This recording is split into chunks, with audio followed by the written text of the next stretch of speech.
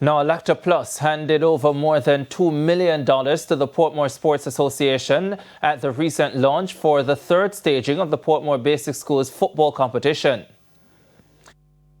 A lot of sponsors have withdrawn from other competition, but through thick and thin, they are here with us. And we are very happy to have them, not for just now, but for future. The competition has seen an improvement in the number of participants, with 21 teams set to compete, up from 18 last year. At least 2 girls are mandated to be on each team. I'm really happy for the growth in the amount of schools as we go by, because as you know, football is our lifelong sport. So whatever we do, we always want to involve football. It's really bodes well for the growth of football within Portmore, and really a testament to the work that the association has been doing to uplift the grassroots level football in Portmore and the wider St. Catherine, Jamaica. Evan Brown is the coach of defending champions Ascot Basic School.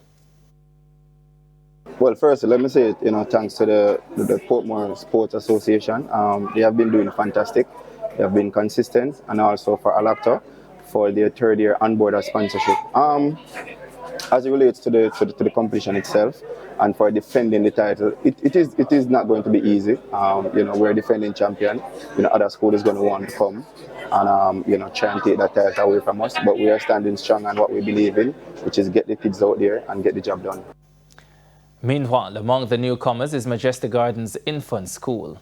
I find that communities like mine tend to have immense talent, and part of our goal at Majestic Gardens Infant School is to expose the children to as many things as possible to ensure that they reach their full potential.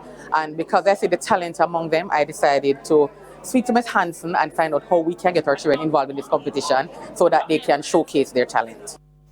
The competition kicks off on Friday, April 24.